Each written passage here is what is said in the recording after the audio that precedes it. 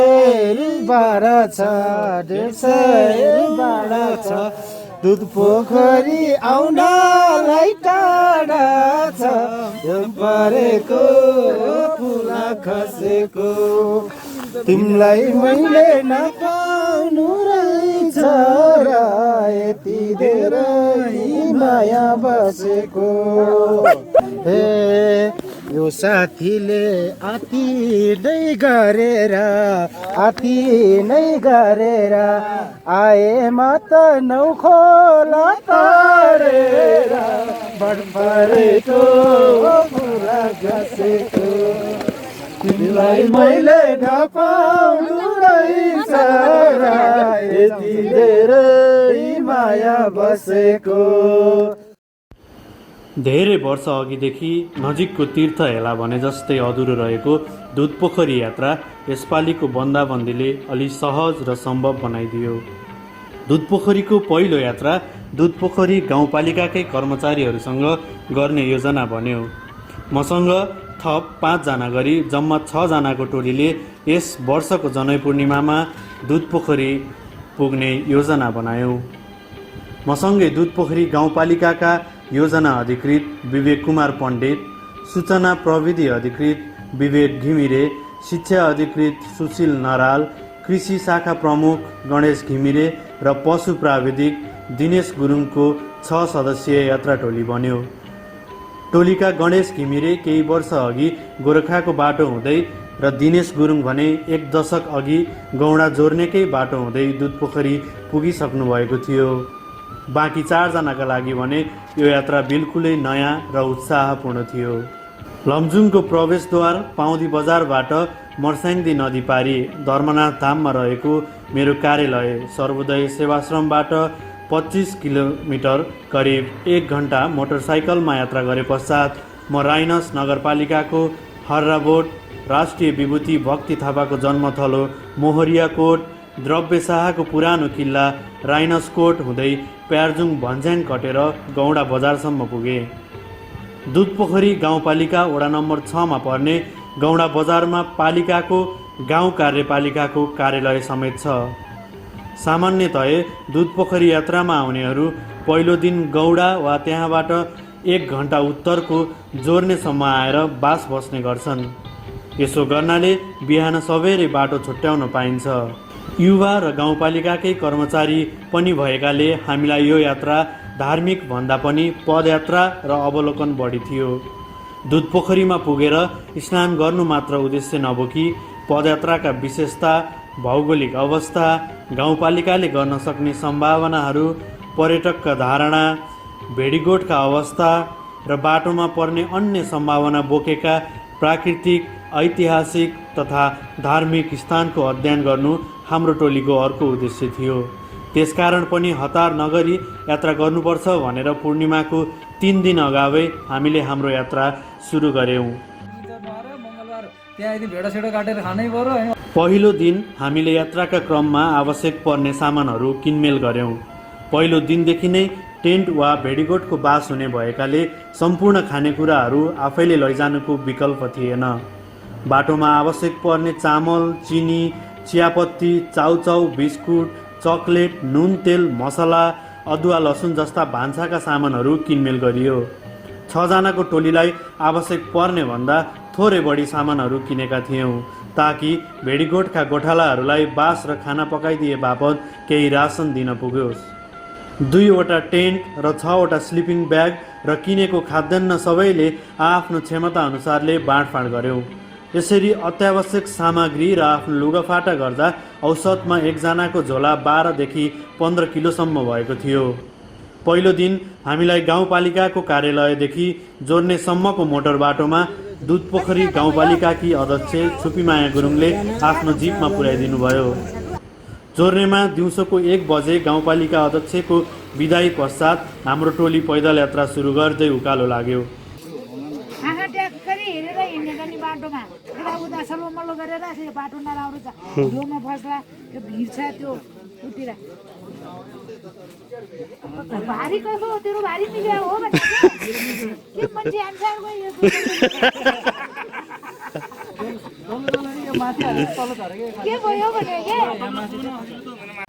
बिहानैदेखि यात्रुहरूको चहलपहल भएकाले हामीसँगै अन्य यात्रु पनि दुधपोखरी यात्रामा लम्कदै थिए।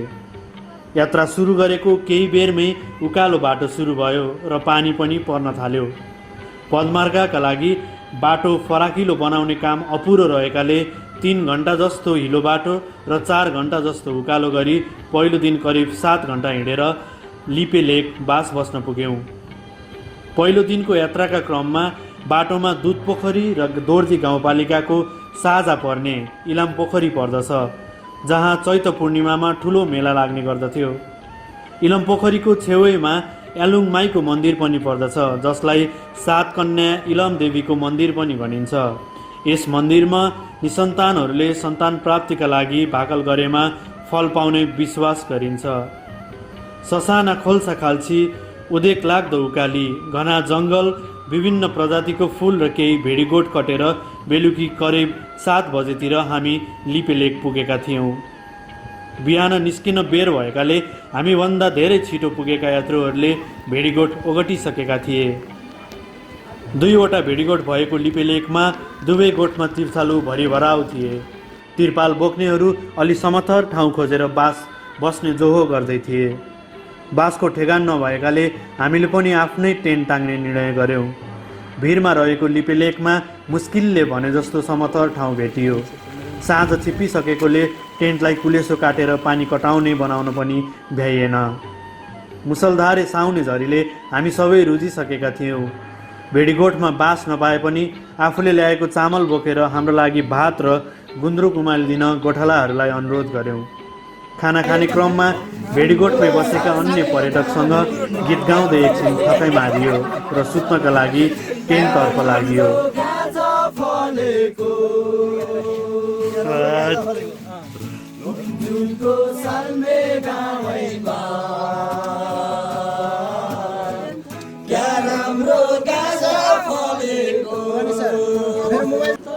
अविरल वर्षाका कारण टेन्टबाट पूर्ण रूपमा पानी छिरेको थियो।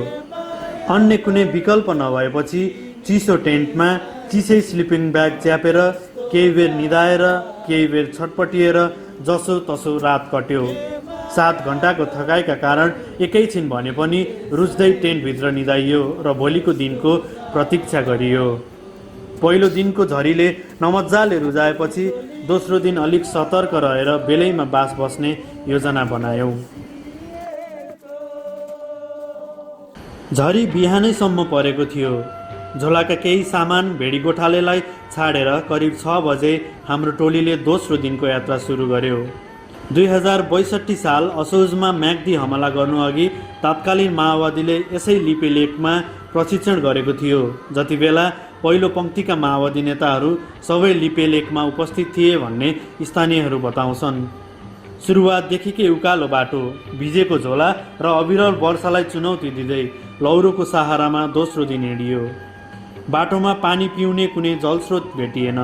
धेरै बेर हिँडेपछि सानो खाल्टोमा जमेको पानी पिउनेको भिड ठुलै थियो। कहाली लाग्दा भिड थिए। सानो गल्तीले खुट्टा चिप्लिए कति तल पुगिन्छ भनेर भेउ पाउन सकिन्न थियो। कुहिरोले नजिकैको दृश्य समेत प्रष्ट देखिँदैनथ्यो। दोस्रो दिन केही घन्टा गुराँसको घना वन हुँदै हरियो घाँसे उकालोसम्म यात्रा भयो। बाटोको छेउछाउमा फुलेका विभिन्न प्रजातिका फुलहरूको बास्नाले उकालोमा सास फेर्न झनै कठिन बनाइदिएको थियो। थरीथरीका प्रजातिका रङ्गी बिरङ्गी फुलहरूले यात्रालाई थप चाखलाग्दो भने अवश्य बनाएको थियो। बाटोमा डरलाग्दो ओडार आउने रहेछ, जसमा छिर्नु अघि म्रफेदु बुजु अर्थात् म भित्र आउँछु है बुजु भनेर अनुमति माग्नुपर्ने जनविश्वास रहेछ। त्यसको ठिक माथि बाङ्गे ओडार रहेछ, जहाँ एकछिन आराम गरेर सबैले ल्याएको चाउचाउ पानीमा उमाली खाएर बाँकी दिन हिँड्ने निर्णय गरियो। करिब 5 बजेतिर हामी दोर्जी गाउँपालिकामा पर्ने नोटोचे भन्ने ठाउँमा बास बस्ने गरी पुग्यौँ। गुरुङ भाषामा नोको अर्थ लसुन र टचेको अर्थ साग हो। भेडीगोठमा खाना खाएर बेलैमा टेन्ट लगायौँ। कुलेसो काटेकाले पहिलो दिनको जस्तो रुझ्न भने परेन। झरीका कारण नखुलेको मौसम बेलुकी पख भने खुल्यो। अन्नपूर्ण दक्षिण, माछापुच्छ्रे, अन्नपूर्ण A-B, लमजुङ हिमाल, मनास्लु, बौद्ध हिमाल, हिमचुली जस्ता 1 दर्जन हिमालहरू हामी यही नजिकै छौँ है भने चाहिँ मुस्कुराइदिए। सूर्यास्तको बेला खुलेको हिमालले दिनभरिको थकान मेटाइदियो। तेस्रो दिनको यात्रा पनि सबेरै सुरु भयो। उकालोमा साथीहरू सबैले छोडेर एक्लिए पनि तीर्थालुहरूको भिडले गर्दा बाटो भुल्ने डर भएन। धेरै अगाडि पुगिसक्नु भएको थियो भने म बिस्तारै हिँड्ने भएकाले मलाई कुर्ने कुरा पनि भएन। त्यस कारणले साथीहरू सबै अगाडि बढिसक्नु भएको छ। म भने आफ्नै तालमा बिस्तारै बिस्तारै हिँडिरहेको छु। बाटोमा भेटिएका अपरिचितलाई अघिल्लो दिनदेखि नै साथी बनाएकाले यात्रा थप सहज भएको थियो। बिस्तारै हिँडाउँदा सकिन्छ भन्ने ती अपरिचितहरूको हौसलाले उकालोलाई केही हदसम्म सहज बनाइदिन्थ्यो। झरी निरन्तर परिराखेको थियो। तेस्रो दिनसम्म पुग्दा उकालीहरूसँग साइनो बसिसकेको थियो। बाटोमा भेटिएका खोलानाला, झरना र मूलको पानी पिउँदै यात्रा अघि बढ्यो। खुला चौरमा चढ्दै गरेको भेडा बाख्राहरूले भेडीगोठ नजिकै छ, अब खाना खान पाइने भो भन्दै थप ऊर्जा प्रदान गर्थे। करिब 6 घन्टाको लगातार हिँडाइपछि हिले भन्ज्याङ भन्ने ठाउँमा रहेको भेडीगोठमा साथीहरूले खाना खाने मेसो मिलाएका रहेछन्। चाउचाउ, काँचो भात, गुन्द्रुकको झोल, कहिले नुनचर्को त कहिले बिल्नो परेको मुखमा तेस्रो दिन भने भेडाको भुटनसँग मिठो झोल भात खाने अवसर जुर्यो। त्यही क्रममा दुधपोखरी गाउँपालिकाकै वडा सदस्य आइताराम तामाङ भेटुनाले यात्रा थप रोमाञ्चक र सहज हुने विश्वास लियौँ। तेस्रो दिनको यात्रा लमजुङको बाटो हुँदै जानेले सके पोखरीसम्मै, नसके अन्तिम भेडीगोठ भएको गैरीखर्कसम्म गर्ने रहेछन्। हामीले पनि तेस्रो दिन गैरीखर्कसम्मको यात्रा गऱ्यौँ। अन्य दिनको भन्दा र अन्य भेडीगोठमा भन्दा गैरीखर्कमा बढी भिड थियो। त्यस रात मात्र गैरीखर्कमा गोठालाले 232 जनालाई खाना खुवाएका थिए। बस्न आइपुग्ने सरहरू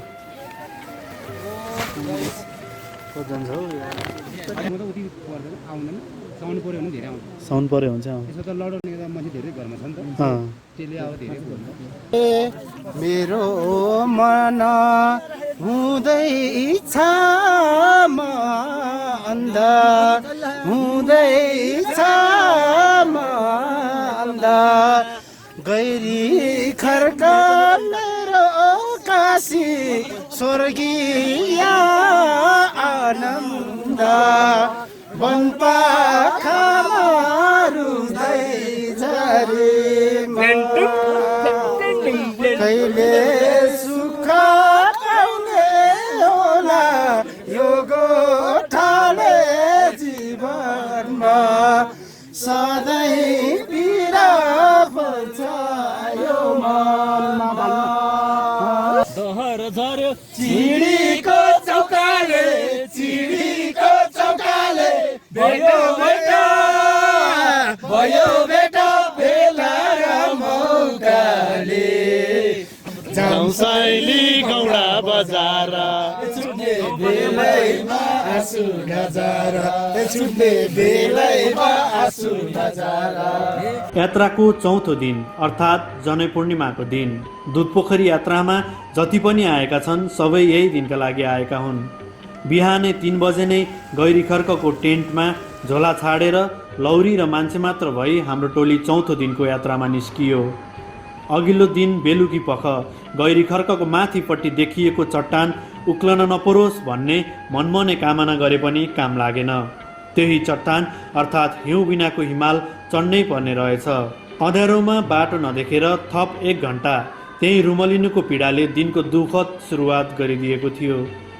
गैरीखर्कबाट दुधपोखरीको यात्रासम्ममा बिरले समथर बाटो भेटिन्थ्यो। अघिल्ला 3 दिन हिँडेका जस्ता बाटोहरू चौथो दिनको सहज बाटो थियो, किनकि चौथो दिन दुधपोखरी जति नै नजिक हुँदै जान्थ्यो हिमाल नै चढ्न पर्ने हुन्थ्यो। हिउँले खाएका खस र काला ढुङ्गाको उकालो धेरैलाई उक्लिन सहज भएन। हामी उक्लँदै गर्दा राति 12 बजे नै नुहाएर 1 बजे पोखरीबाट फर्कने टोली पनि बाटोमा भेटिएका थिए। साँघुरो बाटोमा दुवैतर्फबाट हिँड्दा धेरै बेर मान्छेको लामो जाम पर्ने गर्थ्यो। 6 घन्टाको उकालो हिमाल चढेपछि करिब 9 बजेतिर हाम्रो टोली दुधपोखरी पुग्यो। हामी पुग्दा धेरै तीर्थालु फर्किसकेका थिए। पदमार्गको सबैभन्दा उच्च टाकुरो, जसको उचाइ 4578 मिटर रहेछ। त्यहाँ पुगेर केही तल झरेपछि दुधपोखरी पुगिने रहेछ। माथिबाट हेर्दा निकै अचम्मको भूगोलमा रहेछ दुधपोखरी।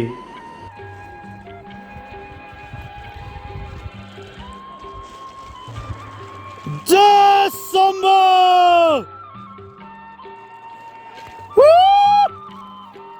चारैतिर काला चट्टान, न कतैबाट पानी आएको छ न कतैबाट निकास भएको छ। कालो चट्टानले घेरिएको हरियो पोखरीले 4 दिनको थकाइ छेडभरमै बिर्साइदियो। पोखरी देख्ने बित्तिकै जो कोहीको मन फुरुङ्ग हुन्थ्यो। कति यात्रु पुगेर स्नान गर्दै थिए, कति स्नान गरेर फर्कँदै त कति आउने क्रममा थिए। गोर्खाको बाटो हुँदै आउने तीर्थालुको लर्को पनि छोटो थिएन। युवाहरूको जमात धेरै देखिए पनि बालबालिकादेखि वृद्धसम्म दुधपोखरीमा धर्म गर्न आएका थिए। पोखरी नजिकबाट हेर्दा एकदम कञ्चन र गहिरो थियो। गहिराईका ठुला ठुला ढुङ्गा बाहिरबाट प्रष्ट देखिन्थे। पोखरीको चारैतर्फ भक्तजनले घेरेका थिए। पोखरीमा पौडी खेलेर वारपार गर्नेका लागि सारा भिड हौसला स्वरूप चिच्चाउन व्यस्त थियो। पोखरीको पानी यति धेरै चिसो र सफा थियो कि त्यहाँ नुहाउने बित्तिकै सबै पाप पखालिन्छ झैँ आभास हुन्थ्यो। दुधपोखरी गाउँपालिका वडा नम्बर 2 को भुल्मीचोक युवा क्लबले स्वतस्फूर्त रूपमा मेला व्यवस्थापनको काम गरेको देखेर गाउँपालिकाको कर्मचारी रहेको हाम्रो टोली नै दङ्ग परेको थियो।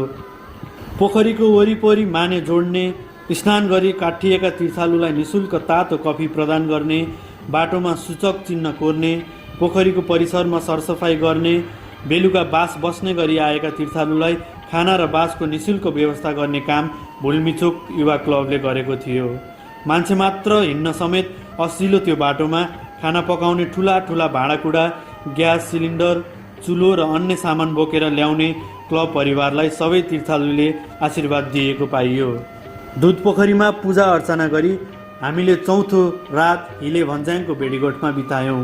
5औं दिन बिहान 6 बजे हिँडेर 1 बजे जोर्नेमा खाना खान पुगेका हामीले दिउँसोको 5 बजे नै गौडा पुगेका थियौँ।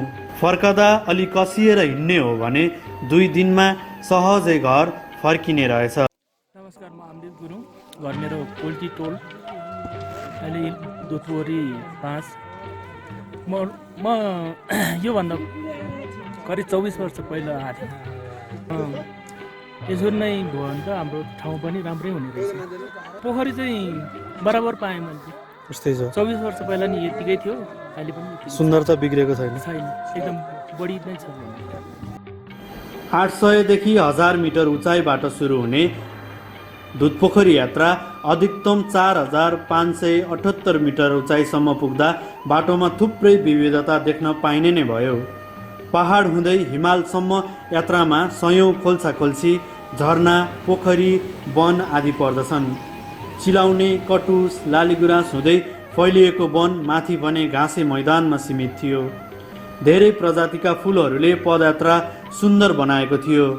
उचाइसँगै हिमाली जडीबुटी र वनस्पतिहरू पाइँदै जाने रहेछ। बाटोमा लोटसल्ला, धुपी, चिराइतो, सर्पदंश, घोडटाप्रे, निर्मसी, 5 औँले, गाईखुरे, जटामसी जस्ता जडीबुटी पाइने रहेछ। पहिचान गर्न सक्ने प्राय तीर्थालुले फर्किँदा यस्ता जडीबुटी र वनस्पति बोकेर ल्याएको पाइयो। त्यस्तै दुधपोखरी पदयात्रा गर्ने स्थानमा कस्तुरी, डाँफे, मुनाल, हिउँचुतुवा, घोरल, चितल, हुची, कालिज, दुम्सी, पुच्छर नभएको मुसो, मृग, भालु लगायतका वन्यजन्तु पाइने रहेछन्। हिउँदमा यो पदयात्राको बाटो लिपेलेकदेखि नै हिउँले पुरिन्छ भने अन्य मौसममा हरियो फाँट र काला चट्टानका टाकुरा देखिन्छन्। पदयात्राका क्रममा दर्जनौं हिमाल पनि देख्न पाइने भएकाले यात्रा झनै सुन्दर बनिदिन्छ। हिँड्दा जति नै कष्ट भए पनि विविधताले थकाइ हावी हुन दिँदैन थियो। सायद नेपालमा गर्ने यात्राको विशेषता नै यही हो। बाटो सहज नहोला तर गन्तव्य पक्कै पनि स्वर्गीय हुन्छ। भेडीगोठ र गोठालाहरू लमजुङ जिल्लाको एउटा मुख्य पेसामध्येको एक हो पशुपालन अर्थात् भेडीगोठ। पश्चिम लमजुङमा घट्दो क्रममा रहेको भेडीगोठ पूर्वी लमजुङमा भने राम्रै सङ्ख्यामा रहेको पाइन्छ। जोड्नेबाट केही घन्टा हिँडेपछि नै पहिलो गोठ आउँछ। कम उचाइमा गाई भैँसीको गोठ हुने रहेछ। लिपे पुग्नु अघि भेटिने गोठहरू प्राय गाई वा भैँसी गोठ हुन्थे। लिपे पुगेपछि बल्ल भेडीगोठ अर्थात् भेडा बाख्रा नै पालेका गोठ भेटिन्थे। दुधपोखरी पदयात्राका क्रममा करिब दर्जन जति भेडीगोठ भेटिन्छन्। सबै भेडीगोठहरू गाउँपालिकामा दर्ता गरिएका हुन्छन् र गाउँपालिकाले पनि भेडीगोठका लागि विभिन्न कार्यक्रम गर्ने गरेको रहेछ। सोलर बत्ती, वस्तुभाउलाई भ्याक्सिन, औषधि उपचार जस्ता सहयोग गाउँपालिकाले गर्ने रहेछ। सबैभन्दा उचाइको भेडीगोठ गैरी खर्कको भेडीगोठ भने असोज कार्तिक लागेसँगै बढ्ने चिसो छल्न बिस्तारै तल झर्ने रहेछन्। लिपेसम्मै हिउँ पर्ने भएकाले हिउँदमा सबै गोठ तल सम्बन्धित गाउँमा झरिसकेका हुन्छन्। लेकका भेडीगोठ प्राय बेसीका इलाकाहरूमा झारिने रहेछ। गौडा, साल्मे, कोल्की लगायतका बेसीका गाउँका भेडीगोठ लेकमा पनि छुट्टा छुट्टै हुने रहेछन्। 8-9 घरको भेडाहरू 1-2 जना गोठालाले 2-3 वटा भोटे कुकुरको सहायतामा जिम्मा लिएर पाल्ने रहेछन्। यदि अरू कसैलाई भेडा पाल्न मन छ भने पाठो वा पाठी किनेर गोठालालाई केही खर्च दिएमा पालिदिने रहेछन्। सधैँ भेडाको गोठालो, दुध मही, दही र भेडीगोठमै व्यस्त हुने गोठालाहरूलाई जनै पूर्णिमाको सप्ताह आम्दानी गर्ने राम्रो अवसर हुने रहेछ। यो अवसरलाई राम्रो व्यवस्थित गर्न सके गोठालाहरूलाई धेरै नै आर्थिक सहायता मिल्ने देखिन्छ। पदयात्री, गाउँपालिका र प्रदेश तथा सङ्घीय सरकारलाई केही सुझाव। पदयात्रीलाई सुझाव: यात्रा गर्दा स्थानीय वा पहिले दुधपोखरी पुगिसकेको व्यक्तिसँग गर्नुहोस्। स्लिपिङ ब्याग, टेन्ट, टर्च, तिरपाल, पानीको बोतल, ड्राई फुड, जीवनजल जस्ता सामग्री चाहिने मात्रामा बोक्नुहोस्। पकाएर खानका लागि हलुका चिज जस्तै गुन्द्रुक, सोयाबिन आदि खानेकुरा बोक्नुहोस्। हिँड्न नसक्ने हुनुहुन्छ भने 1-2 दिन अघि नै यात्रा सुरु गर्दा सहज हुन्छ। लेक अर्थात् अल्टिट्युड सिकनेस लाग्न सक्ने भएकाले लसुन, अदुवा, तिलको अचार जस्ता खानेकुरा चपाउँदै हिँड्दा यात्रामा कठिनाई छल्न सकिएला। अबेरसम्म नहिँडेकै जाति उज्यालोमै बाँस गाँसको व्यवस्था गरेर भोलिपल्ट सबेरै हिँडेको राम्रो हुनेछ। अविरल वर्षा हुने भएकाले झोलाभित्रका लुगा र सामानहरूलाई राम्रोसँग प्लास्टिकले लेमिनेट गर्नुहोला। भिजेको सामान बोक्दा अनायासै गरुङ्गो हुन्छ। यात्रुले यात्राको क्रममा मनोबल सधैँ उच्च पार्नुपर्छ। म सक्छु भनेर हिँड्दा थप सहज हुन्छ। हिँड्नुको कुनै विकल्प नै छैन। दुधपोखरी गाउँपालिकालाई सुझाव: गाउँपालिकाको नाम नै यही दुधपोखरीको नामले राख्नुले यसको प्रवर्धनमा ठुलो टेवा पुगेको छ। यसलाई सार्थक बनाउन गाउँपालिकाले यो पदयात्रा राष्ट्रिय स्तरमा प्रचार प्रसार गर्नुपर्ने देखिन्छ। पदमार्ग अव्यवस्थित भएकाले ठाउँ-ठाउँमा दिशानिर्देश, नक्सा, उचाइ, दूरी, स्थान जस्ता सूचक राख्न सके पैदल यात्रीलाई धेरै सहज हुने थियो। ओडा नम्बर 1 मा पर्ने दुधपोखरीको ओडा र पालिका स्तरमा बृहत गुरु योजना बनाएर विकासका कार्यक्रम कार्यान्वयन गर्न जरुरी देखिन्छ। पदमार्गमा पर्ने भेडीगोठलाई व्यवस्थित बनाई पर्यटक आउने समयमा थप व्यवस्थित बनाउन सकिन्छ। धर्मशाला, पाटी पौवा जस्ता विश्राम स्थल र शौचालय दर्जनौं स्थानमा बनाउन पर्ने देखिन्छ। लमजुङ, गोरखा, तनहुँ जस्ता सीमित जिल्लामा प्रख्यात यो पवित्र धार्मिक स्थल गाउँपालिकाले राष्ट्रिय स्तरको कार्यक्रम गरी राष्ट्रिय तथा अन्तर्राष्ट्रिय जगतमा प्रचार प्रसार गर्न जरुरी देखिन्छ। दुधपोखरी पदयात्रालाई प्रवर्धन गरी हरेक वर्ष स्वदेशी तथा विदेशी पर्यटक सबै मौसममा भित्राउन सकेमा पर्यटन नै गाउँपालिकाको मुख्य आयस्रोत बन्न सक्ने निश्चित छ। युवा क्लब, आमा समूह, महिला समूह जस्ता गैर सरकारी सङ्घ संस्थासँग सहकार्य गरी प्रवर्धन गर्न सहयोग माग्न सकिन्छ। ख्यातिप्राप्त मिडिया, यात्री र ब्लगरलाई दुधपोखरीको प्रचार प्रसारमा सहयोग माग्न सकिन्छ। प्रदेश तथा सङ्घीय सरकारलाई सुझाव: अव्यवस्थित र कम प्रचार हुँदा नै 10,000 को हाराहारीमा पुगेका पदयात्रीको सङ्ख्या प्रदेश र सङ्घीय सरकारले दुधपोखरीको उचित प्रवर्धन गर्न सकेमा गोसाइकुण्ड, सेफोक्सुन्डो, दुधकुण्ड जस्तै पर्यटकीय गन्तव्यको रूपमा दुधपोखरी विकसित हुन सक्छ।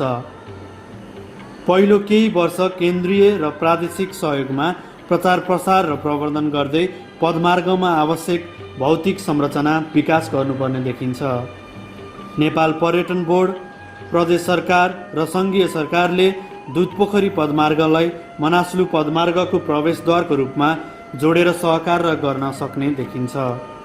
तिनै प्रकारका सरकारको साझा पहल तथा नेपाल पर्यटन बोर्डले दुधपोखरी पदयात्रा लमजुङे संस्कृति र भेडीगोठको सभ्यतालाई जोडेर छुट्टै विशेष यात्रा प्याकेज बनाएमा दुधपोखरीको द्रुत गतिमा विकास हुनेमा निश्चित हुन सकिन्छ। सुन्दरता, प्रकृति, संस्कृति र विविधताले सम्पन्न लमजुङ जिल्लाको स्वर्गको रूपमा दुधपोखरीलाई लिन सकिन्छ। दुधपोखरी पदयात्राले सिङ्गो गाउँपालिका मात्र नभई लमजुङ जिल्ला र गोरखा जिल्लालाई समेत टेवा पुग्ने देखिन्छ। पर्यटनलाई मुख्य धरोहर बनाउन आवश्यक पर्ने सम्बन्धित निकाय, सङ्घ संस्था, युवा क्लब तथा महिला समूह, बाल क्लब, राजनैतिक दल आदिसँगको सहकार्यमा यही वर्षदेखि नै दुधपोखरीको प्रवर्धनमा लाग्ने हो भने लमजुङको विकासमा दुधपोखरी अर्को कोसेढुङ्गाको रूपमा प्रमाणित हुनेमा दुई मत छैन। हे हामी होइन अरू छ मालिक, अरू छ मालिक, यो समस्या पुर्याउनु छ दुधपोखरी पालिका, वनपाखामा रुच्दै झरी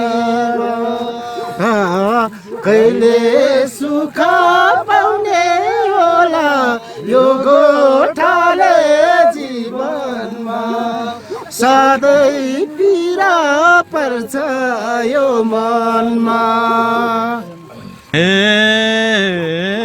कति हिँड्यौ सबैले गन्दैछ, सबैले गन्दैछ, पालिकाको मेरो हजुर योजना बन्दैछ, वनपाखामा रुच्दै झरीमा कहिले सुख पाउने होला यो गोठाले जीवनमा, सधैँ पीडा पर्छ यो मनमा।